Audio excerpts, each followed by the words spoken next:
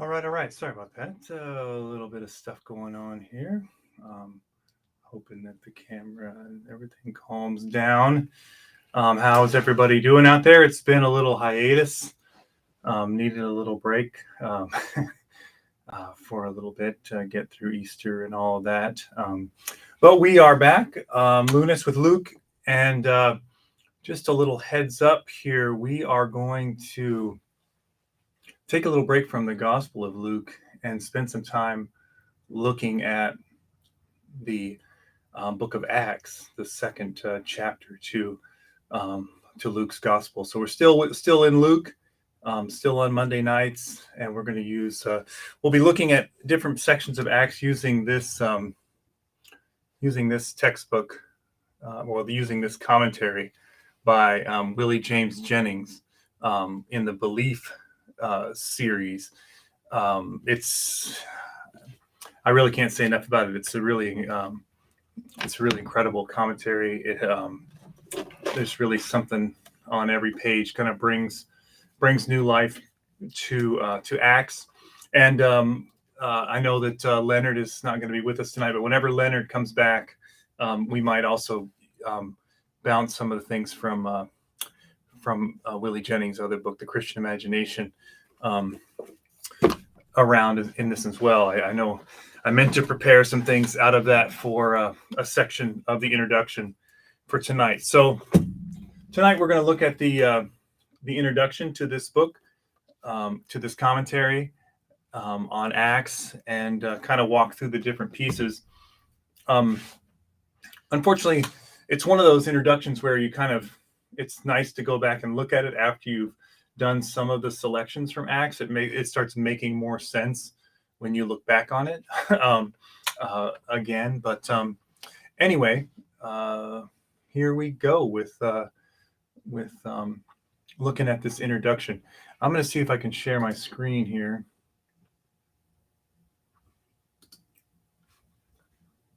All right. Let's see if that works. Kind of had a bad feeling about this already. Let's see.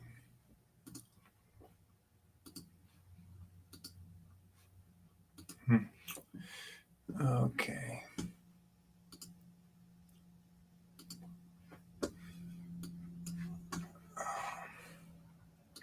I got this to work earlier. So let's see if I can get it to work one way or the other. There we go. Okay. So this is, I'm going to get over in the chat as well. So here we are, Acts in the Belief Commentary series, Willie James Jennings, and this is the introduction. And, for lack of a better way to do this, I'm just going to walk through here some different selections from this part. So here's the introduction. Why Acts? Why now?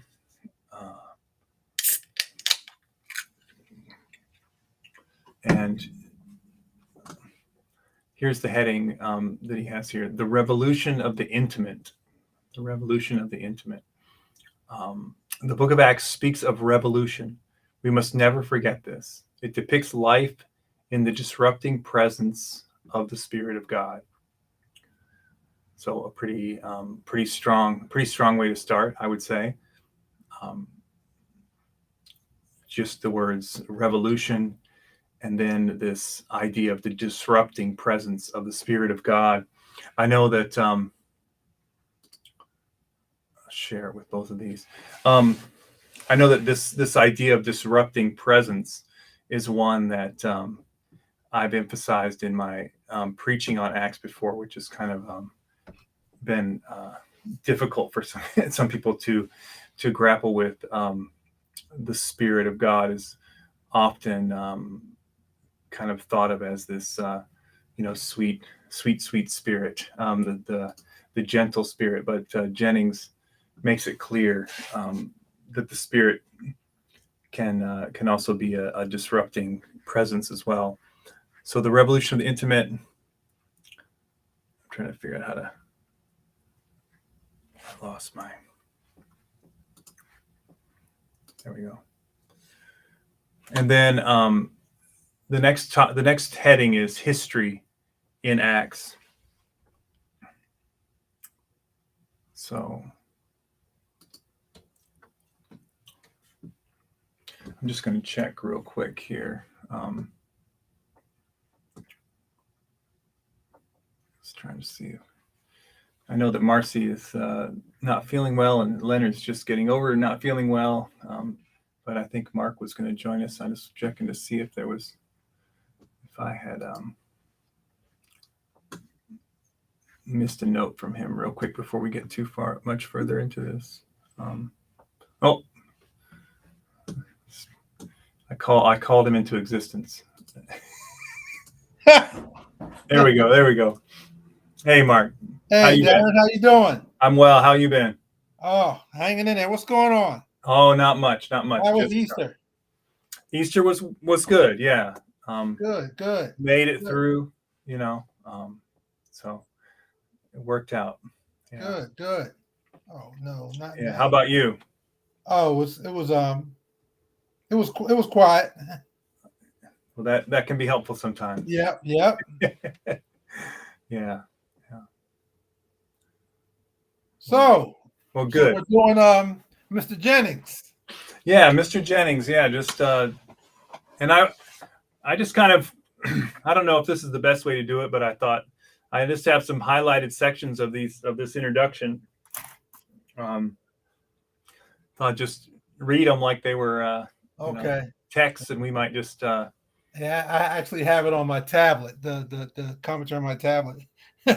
Yeah, and so and I have the book here, and this is my Kindle version of it somehow. Okay. Pulling up here on the thing. So okay. So anyway, I just was starting it just in the introduction. I just read this first little part about the idea of revolution, and then this disrupting presence of the Holy Spirit of God, the two kind of things he begins that introduction with. Yeah. And then he has this idea of, then he goes to the next big heading is history in Acts. And this was the back in I want to say it was probably 2018, maybe. I think it was 2018. We were having some meetings at STVU. Remember that? At UTS. Yeah. UTS. Yeah, well, I remember that. But later on, 1 year after Pentecost, we were meeting over there at. Oh yeah, because I think I joined one of those sessions. Yeah, so we were meeting over there, and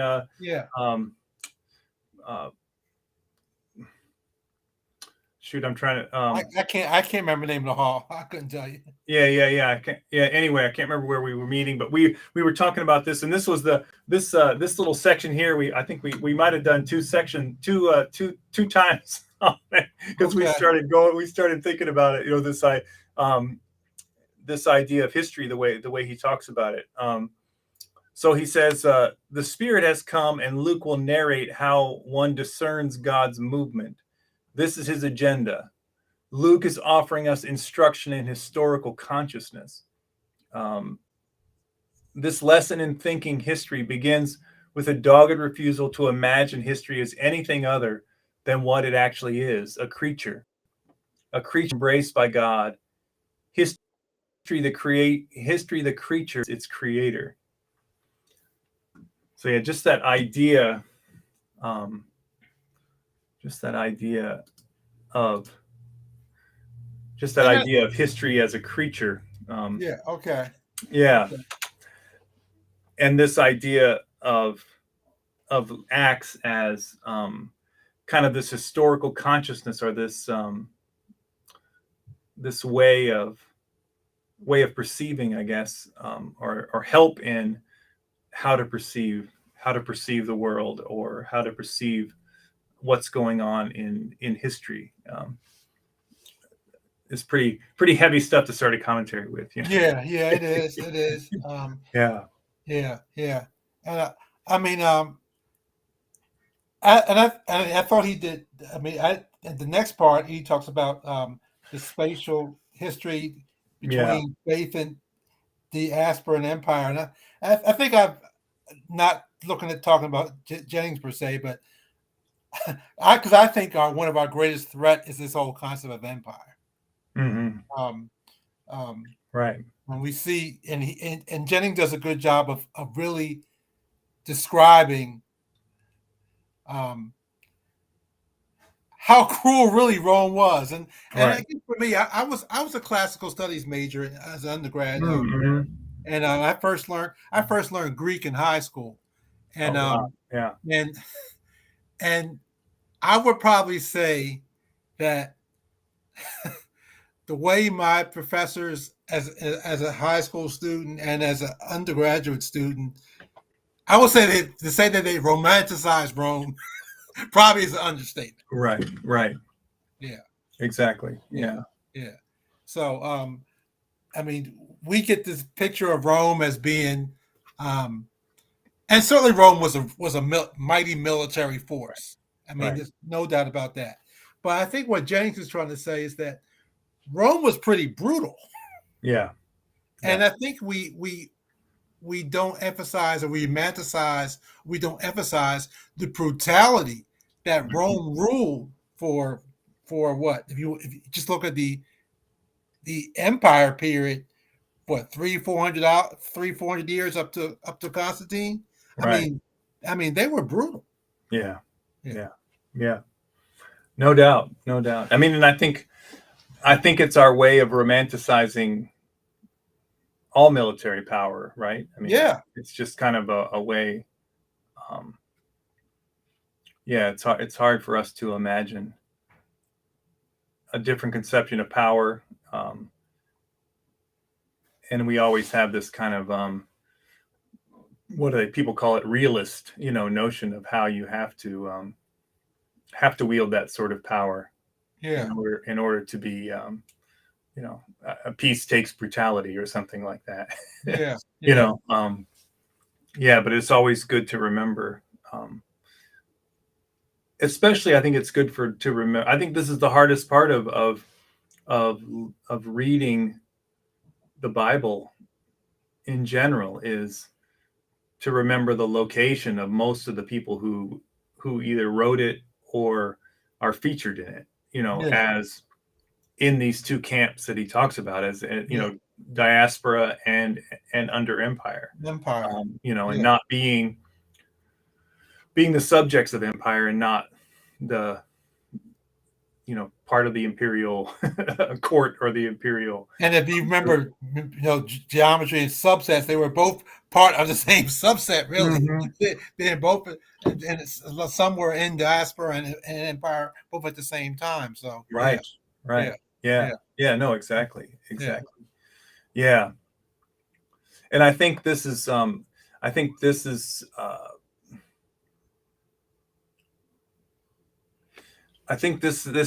notion, this way of trying to understand history that he's talking about as well is making sure that we consider how the way we understand the world, or the way we understand what's happening in the world, as always in this relationship with the creator, right? right. um and I mean, we see it now. I mean, like there are always people who are dictating to us what history is, what the history what history is happening in the moment, Yeah. um and then we always find out later on that the history they dictated to us was not the full story, Hold on a or second, Darren. yeah, yeah.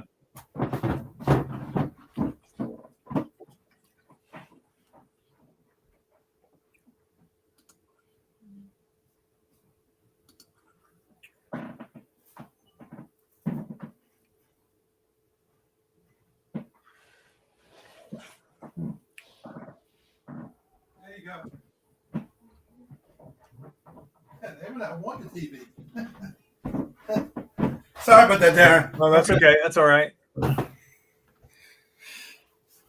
What were you saying? I'm sorry. Oh no, I was just saying this. I was just saying this idea of as history as kind of as history as creature is this idea of this relationship that we have with the Creator, and that just as Rome had its, propaganda and, dictating what history was, we have the same thing going today where we kind of are being told by certain people who, what history is in this moment, how to understand what's happening in the world.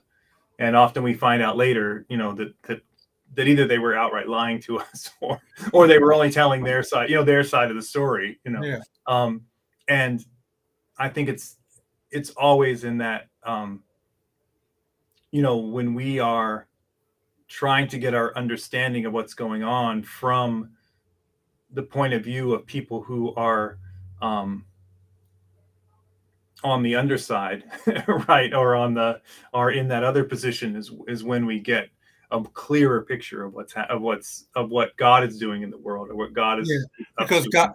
I think what him saying is that God is calling us into a relationship or into community, which is in juxtaposition to what empire wants.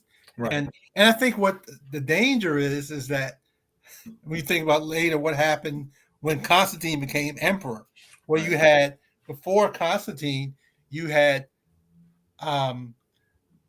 these communities were sharing or putting forth a vision that was I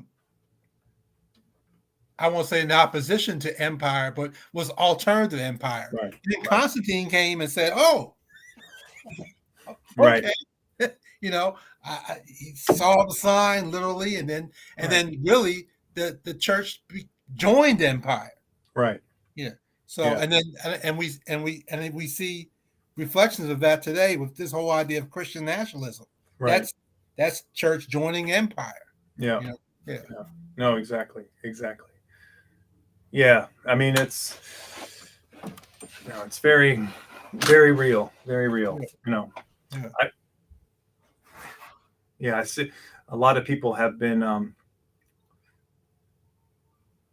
coming to me talking about how the whatever the kind of head or one of the heads of the Russian church came out in support of the war, and people come to me and tell me like this, this is the biggest, this is a crime against our faith or whatever, and it's like, okay, I mean, I can understand that, but like what happens every time we go to war? I mean, right. Like everybody lines up, and like, I mean, it's just kind of I think it's interesting how we don't even realize sometimes, and that's kind of the other thing is that when people point it out to us is that the enemy is doing this thing, then we kind of see it. But whenever we do it, we don't see that we're doing the exact same thing. And the danger of joining empires, one of the dangers of joining empires is that you lose that prophetic voice. Right. From what we saw with the classical power prophets, with Isaiah and Micah, in which they were independent of the system, so therefore politically independent, economically independent. Therefore, they could be the authentic voice of Yahweh. Right. When you join empire and start taking the checks or whatever it is, all bets are off. Yeah. I mean, I think, well, and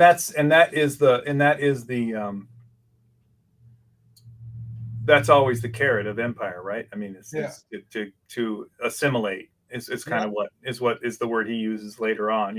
Is to assimilate you in. It reminds me of. Might be a bad analogy. Everybody remember Star Trek and had the Borg? Oh, right. Resistance is futile. Once you join the Borg, that's it. Right. Yeah. But I mean, that's not that really bad of an analogy. In that you lose indi- all individuality is gone, and you're just a slave to the collective. And when we join empire, we lose our individual voice. We can no longer be prophetic. We can no longer speak out against the injustices that empire would throw out there. So Right. yeah. Yeah. Yeah. Yeah. Well, I don't know. It's really interesting to me. Like, it seems like that we have this way now that I don't know I don't know how to say it exactly, because it seems like that the empire has become really tricky at allowing us to have a individual voice, but still incorporating it, within the empire. It's like it's kind of like an embrace of diversity, but as long as you toe a certain line, we can have a proliferation of all kinds of things. You can dress the way you want, you can act the way you want, but there's a line. There's a line that There's a you can't line you can't. cross. There's a line The you can't line you cross. can't cross. Right. Um, Right. Yeah. And yeah. once you cross that line, then Right. Yeah. that's it. Yeah. Yeah. Yeah. So Yeah. no, Yeah. that's interesting. Yeah, that's interesting. I don't. Yeah, it's yeah. I'm trying. Yeah. So this. Yeah. Could you talk about the spatial history? The spatial How, history. Yeah. Yeah. let me see I if mean, he does a really good job let me, let me see of if, laying that out. let me see if it'll work again. Yeah. So the spatial history we enter, faith. Well, so just for context for anybody who's following along, who hasn't read the book before. So he ends this part about the history by saying that this history then requires that we grapple with three things: a spatial history we enter, a history we tell, and a history we realize. Yeah. And so the spatial history that we enter is this faith between diaspora and empire. And as Mark was saying, he does a really good job of laying out kind of the reality of these situations. And this is kind of the opening part is, how can faith be found inside of empire? The book of Acts takes place in empire, the Roman Empire, and this is not a fact that we should ever let escape our attention. The goal of the Roman Empire was to shape the world in its own image. He goes on to talk about kind of citification and how that changed the way people dealt with the land, and how they were, how people were brought into large agricultural estates. And he says city life under Rome was city life permeated by the logic of slavery. In slaveholding society, one's humanity was not a given.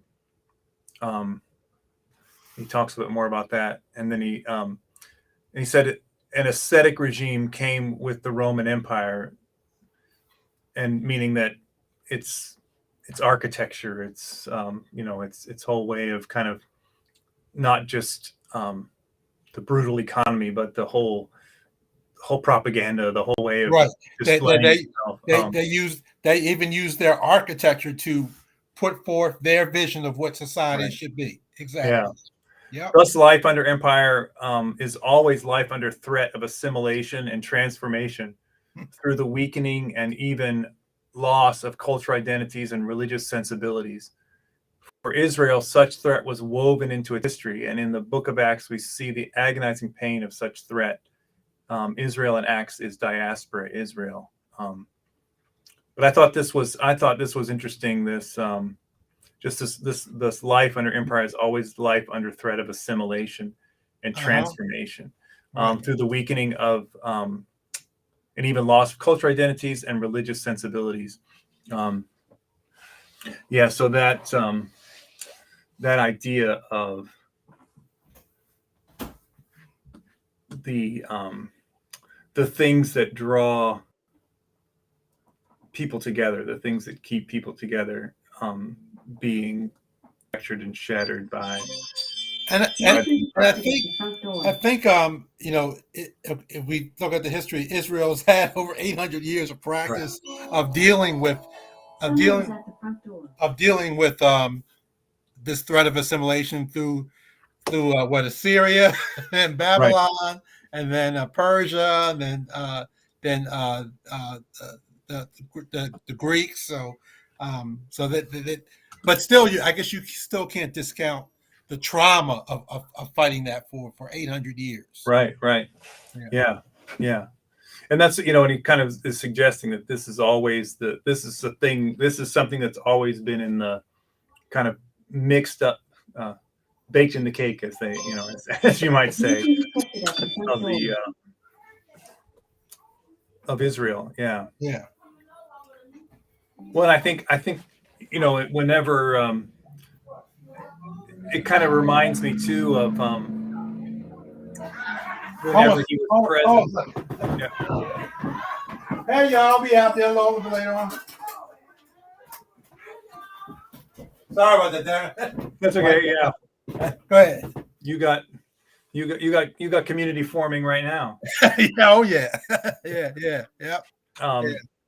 No, I was just gonna say, I was reminded kind of whenever Jennings was on campus, for Sprunts a few years back, and then also I think about some of the work that Dr. Blunt does around the Book of Revelation and witness. One of the things he talks about, Dr. Blunt, that is the call in Revelation is this call to stand up and witness and be ready to testify and be ready to claim, who you are and where you stand against empire. Right. And many see the Book of Revelation too as a call, again, like Jennings says, it's a call to resistance. Yeah. I think there was a book I read a long time ago called The Crisis and Catharsis, The Power of the Apocalypse by Collins. And he talks about Revelation as being resistance literature, as many people see apocalyptic literature the same way as resistance literature.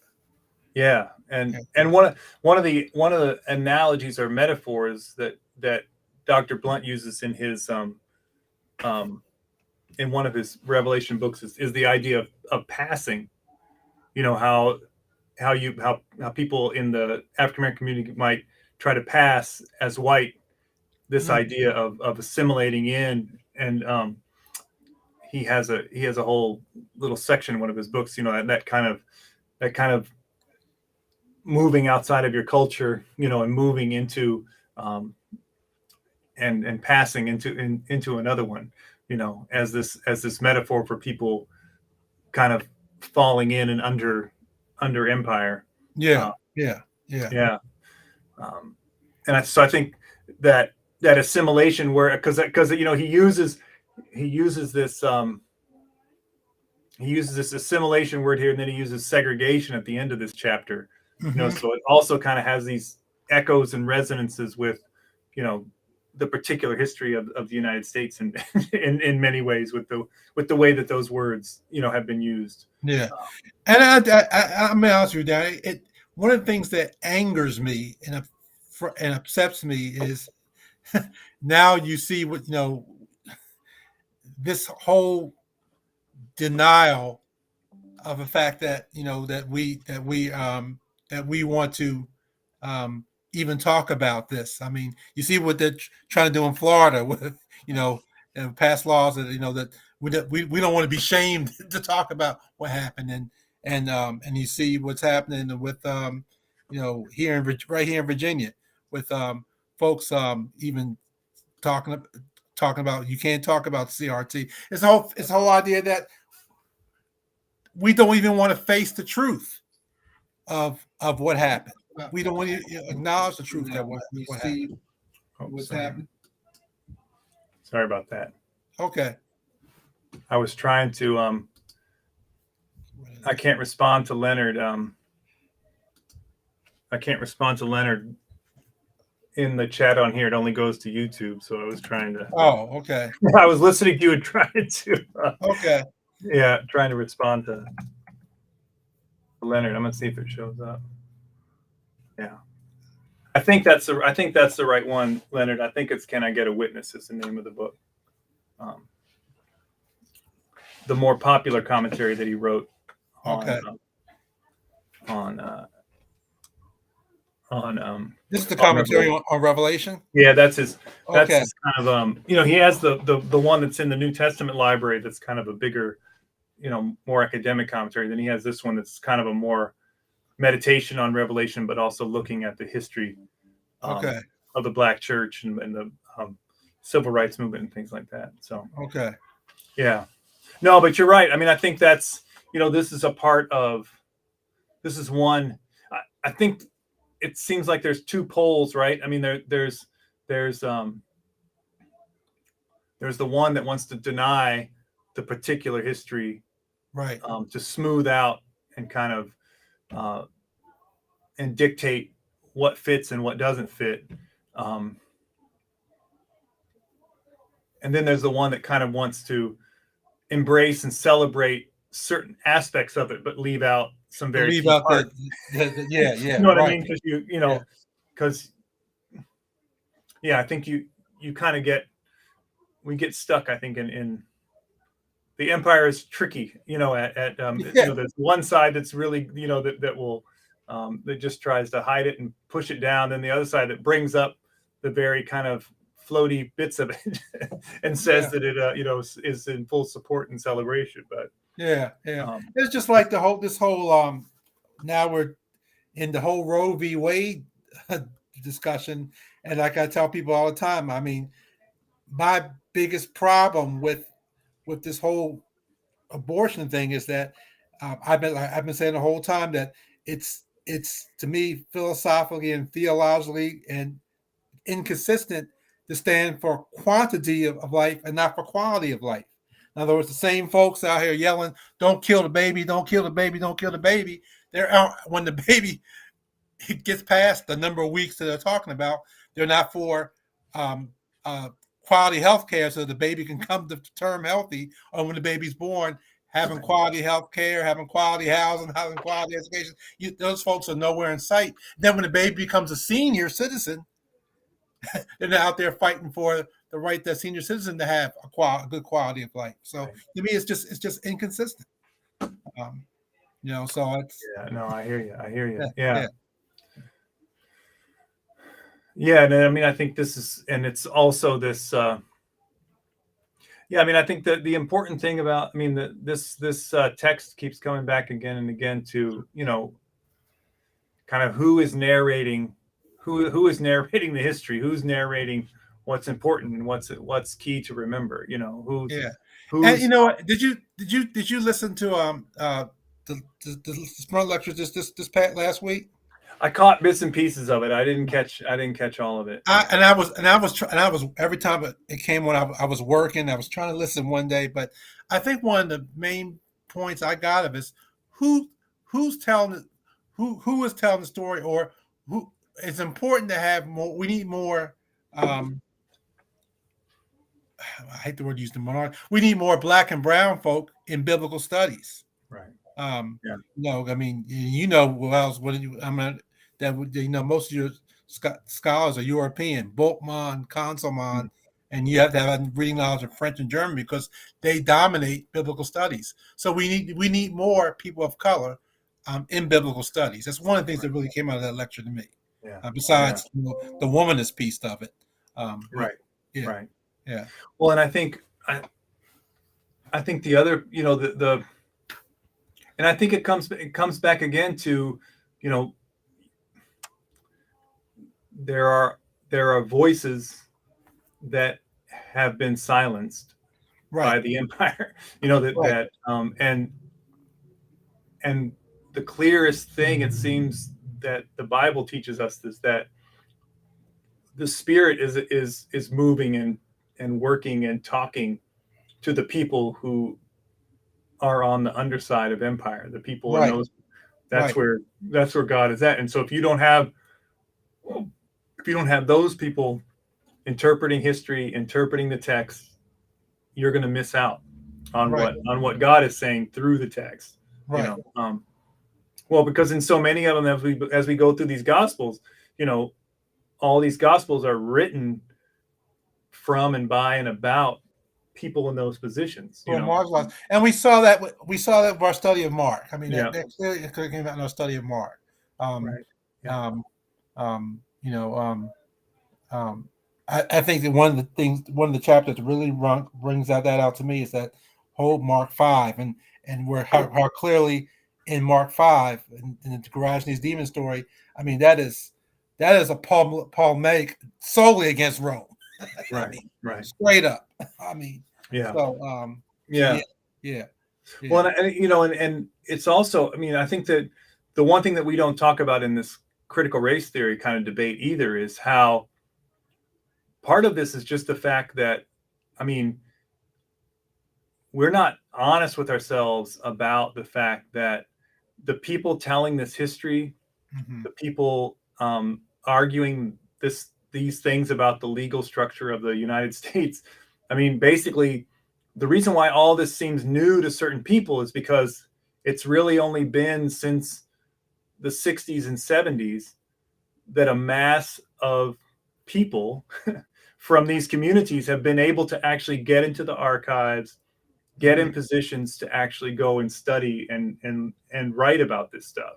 Yeah. So it's been, you know, I mean, the work that someone like Du Bois and the people from his generation did, you know, was incredible because they didn't have access to everything. But now when you have people actually getting access to these libraries, to these archives, to these histories, to be able to tell the story that everybody else just ignored, you know, to read the documents that no one else cared to read, you know, because they were from or about, you know, the people that they didn't care about, you know. Of course you're going to get a different history because you're actually looking at different bits and pieces from that history to tell a different story. You know, and I just, you know, people just haven't, people can't come to terms with that, you know. I mean, right. I mean, you can even go even further. We look at the whole idea of canon, where certain texts were pushed aside because they represented a segment of the community that the majority of folks didn't really care for, whether it be certain texts that were more closer to what some women's issues, you know, or whatever. So, and those texts weren't considered part of canon. Right. You know, so even the whole canonical process, you can look from that way. Yeah, for sure. And I think, I mean, and I think that someone like Brueggemann in his look at the Old Testament does a really good job of showing that even with the books that have made it, you can see this contestation going on between the different groups, even in the thing. But let's see. I'm gonna try to get a little bit more. Yeah. Right. No doubt. Yeah. It's amazing that we wrote things down. Yep. He's right. Yeah. No doubt. Yeah. I mean, well, I think that's part of the what he's trying to say about Acts as well, is that, you know, like,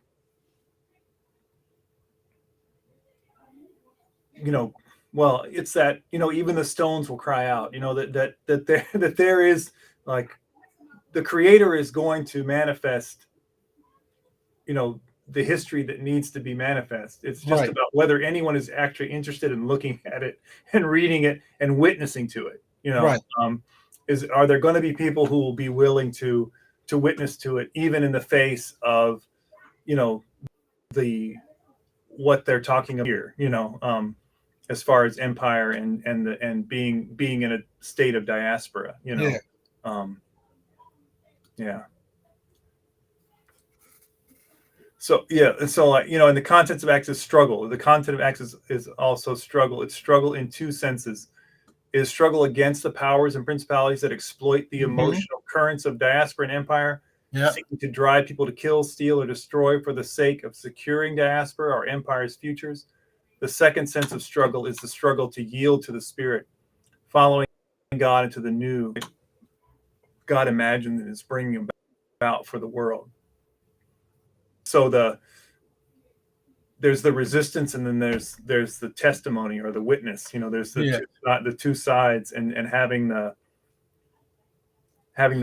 courage and the fortitude or whatever to be on both help me with this, sides. Darren, because I might be wrong. Is I think that second part of the struggle, I think for a lot of folks, for those first century communities and for us today, is that it's the sense that, am I going to lose part of my identity?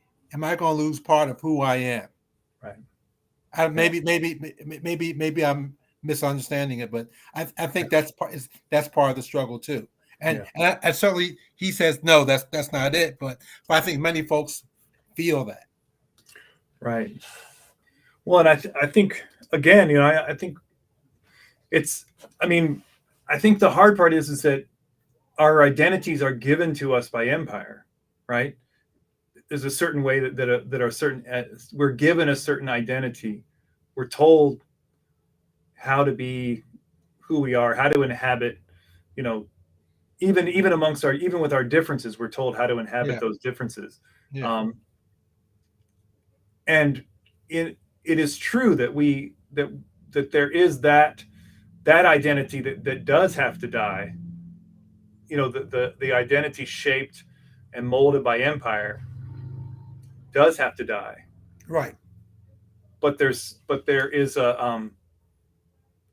another, there is a new creation, that is there, that also doesn't have to be, it doesn't have to be monolithic. It doesn't have to be homogeneous. It's actually, it's a truer you, right? A true, in a, that you don't have to be a slave to the categories of, you don't have to be boxed in to the categories of slave of whatever empire considers you to be, or whatever the different class structures that the Roman civilizations had. Yeah. No, for sure. Yeah.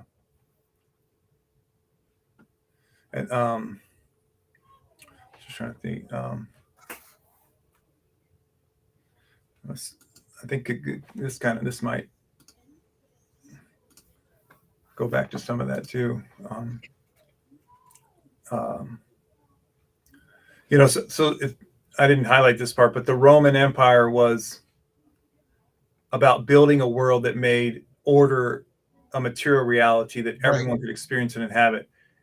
Every people hold the dream of an ordered society, safe, secure, and productive, and Rome understood itself as the world's best hope for realizing that dream. And who would possibly imagine good life apart from diaspora or empire? And that's not too different from, how different is that from the American dream? Right. When you think about it. Yeah.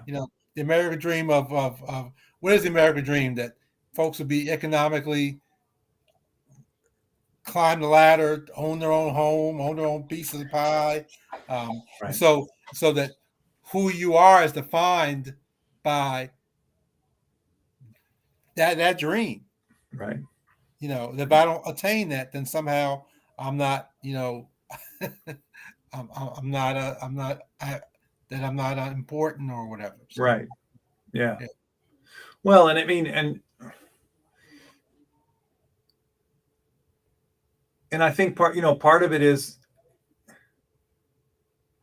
I think what he's trying to say too in the next part here about the Jew and Gentile joined, and the broader reality of that is that,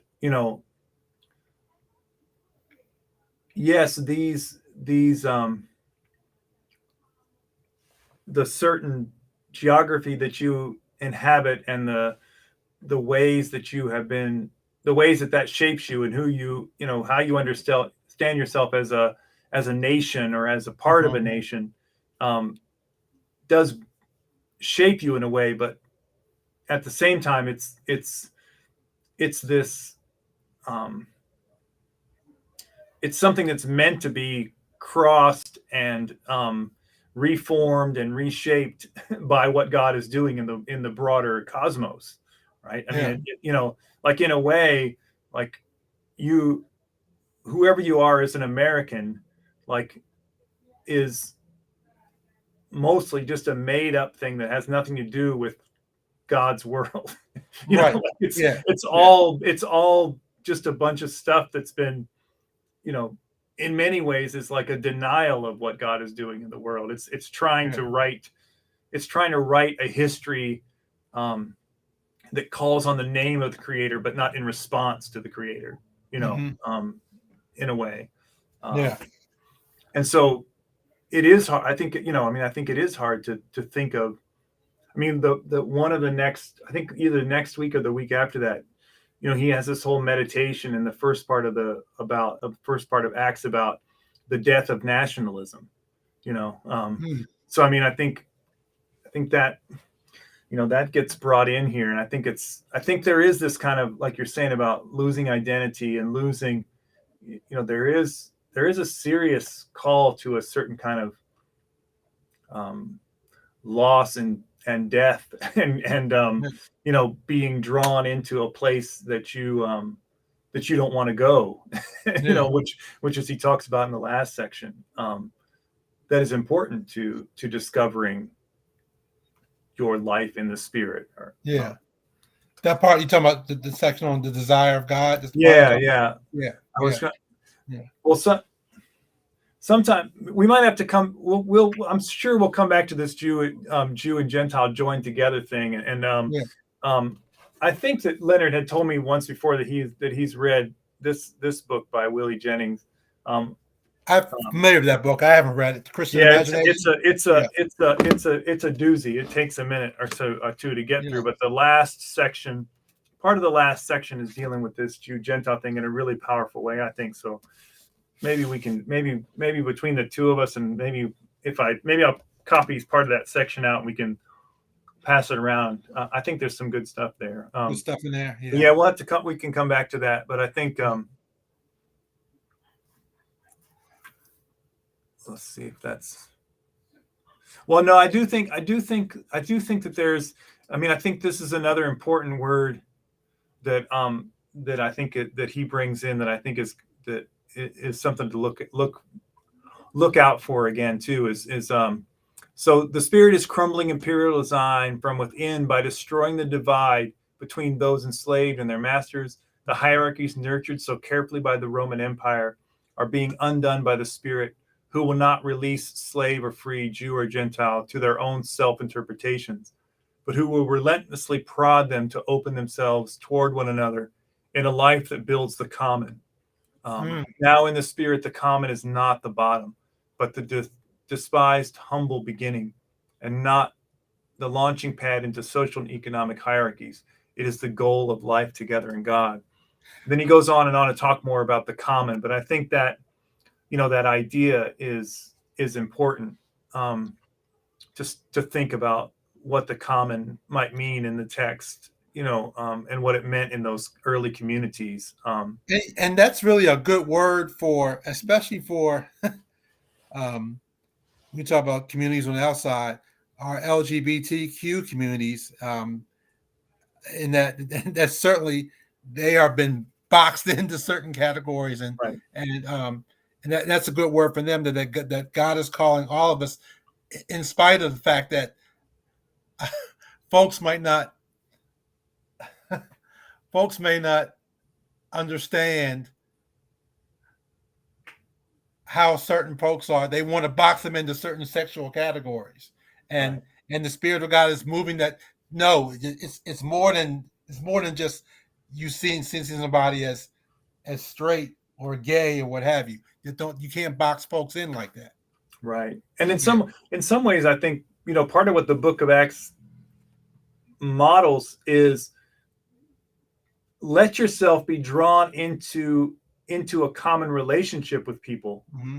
because you hear the spirit calling you into relationship, and let yourself figure out what's going on. Don't Right. you don't have to know the right or wrong answers, or you don't have to figure out what all the little letters mean and what Right. you think about them. Just be drawn into a common relationship with people. Right. And Begin realize begin sharing possessions and bread, and yeah, worshiping together, and then yeah, figure out together what that means. Because what's really fascinating in so much of Acts, and the way and Paul in particular, is that, I mean, Paul is just as surprised as anyone that the Spirit falls upon the people it falls upon. right, exactly, I mean, he doesn't think exactly, the Spirit should be moving amongst those people. right, But, right, but he sees the Spirit moving there, and so he knows that he has to be in relationship with them, right, because right, he's in right, relationship with the Spirit. right, Like that's the common. right, There's that common spirit there, and if you're being drawn together, you can't. You have to figure out what that means, or right. what And and what it's a how you process, make that work. and it's a process that takes time. Right. I mean, it takes time to build community.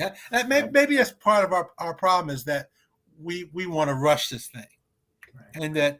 and God gives us space Right.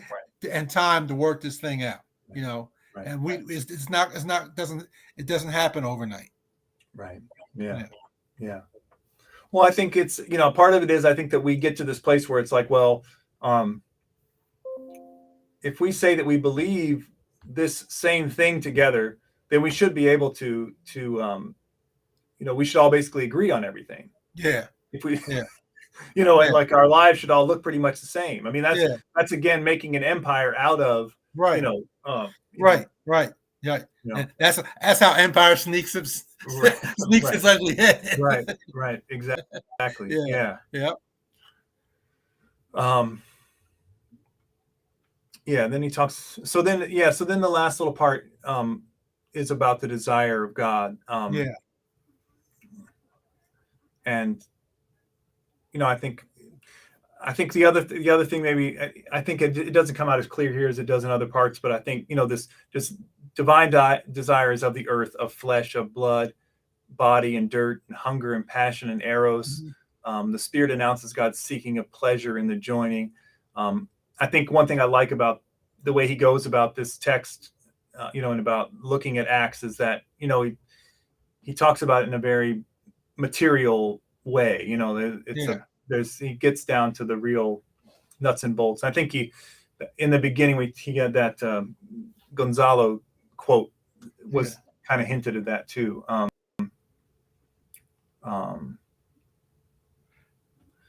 I like what he says on I don't know what page it is. He says, "We have yet to hear the message of Acts of an erotic God who seeks to place in each of us desires for those outside of us, outside of our worlds of culture, clan, nation, tribe, faith, politics, class, and species."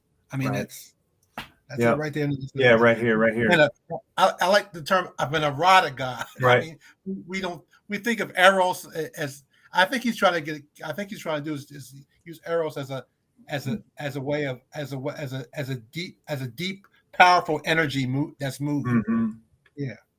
Yeah. No, I think And again, like I was saying a little bit before you came on, I mean, part of this is that it's just this is one of those texts too. The way he writes in general is, if you, after you've read a few of the sections where he talks about the different passages and breaks them down, it's nice to go back again and read this part, and it starts to fill in and make more sense, what he's talking about, because he'll use you have more specific stories and signposts from the text that he's bringing this out of.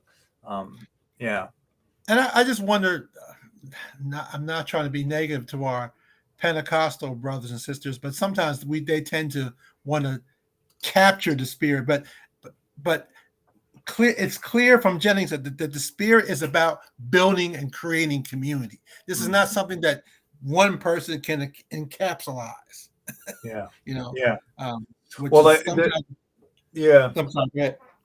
I was just going to say this. This part, I read this one time in a sermon and got some I got a little pushback. You know.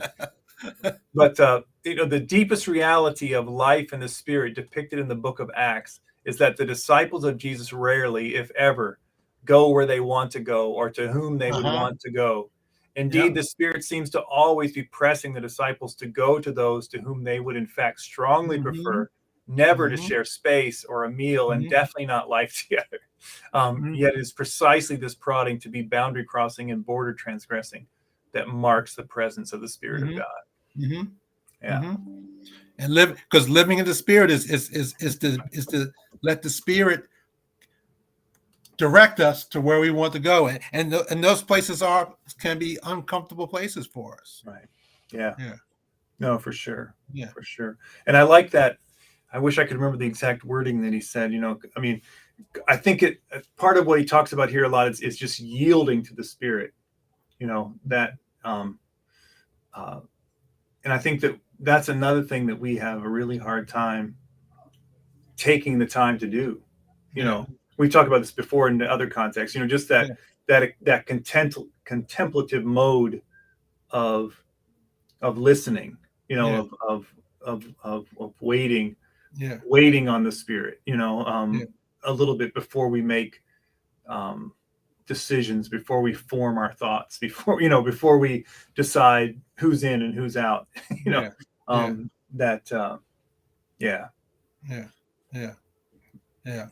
For sure. Good. I had said that I don't know when and how. I like to spend some time at one of those Richmond Hill retreats. I think that sometimes in life there's so many voices, and that's empire yelling in our ears, right, that we just don't get a time to okay, right. I need to get away. I need to break just to rest, but I need to hear for myself what the Spirit is saying. Yeah. Outside of these voices, other voices that are yelling at me, trying to get my attention. I think you said that in a sermon one time, maybe 3 or 4 weeks ago. Yeah. No, I think I mean, in a way, in a way, it's not. In a way, it doesn't sound as prophetic or whatever. Marcy's always ready for a nap. All right, Marcy, we're looking for you next week. Yeah. But no, that's right. And no, I mean, I think it's you have to find. Yeah, I mean, there's a point to being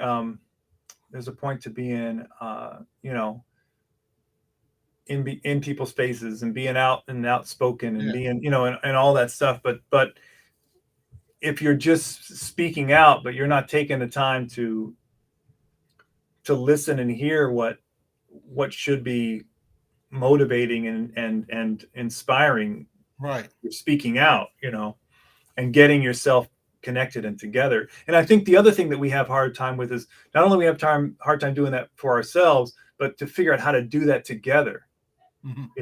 To listen together, to help each other, to discern and listen. Maybe we need to go to Quaker meetings or something like that and learn that. And that's where sometimes maybe our Pentecostal friends can sometimes help us with that. That those traditions can help us with that maybe a little bit too. Yeah. So yeah. No, that's good. I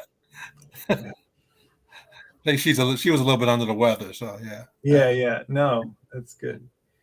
Yeah, I'm glad. Well, I'm glad your test came back negative, though. I'm glad too. Yeah, that keeps a whole bunch of quarantining and all kinds of things out of the way that can be a problem. But we'll look forward to having the full slate of folks back next week. Leonard's recovering and good to hear. So let's see. I'll try to share it one more time in this next section. So the next section is just the revolution is here. I think that we'll try to just do maybe this 1 through 12, and then that part does. Let's see if I can. So chapter 1, verses 1 through 12. Yeah. Okay. And I think then maybe through this little part here about the nationalism, Okay. there's a little excursus or whatever on nationalism Okay. at the end there, which is pretty good too. So Okay. maybe Okay. we'll We can do that. do those things. And because I like you said before, I mean, I think this nationalism question is a good one for us to think about. It is. It's a major issue for today. It really Yeah. is. Yeah. So good. All right. Good Well, stuff, man. yeah. I needed the break. I'm glad that we took a few weeks off. But I'm glad that we're back, and I'm really, I don't know. I like reading Jennings. Jennings just really, there's something good on every page, pretty much. Yeah. Yeah. It'll be good. Yeah. Yeah. All right. All right, now, Doctor. We'll see you next week. I'll see you all next week. Okay. All right. Take care. Bye-bye.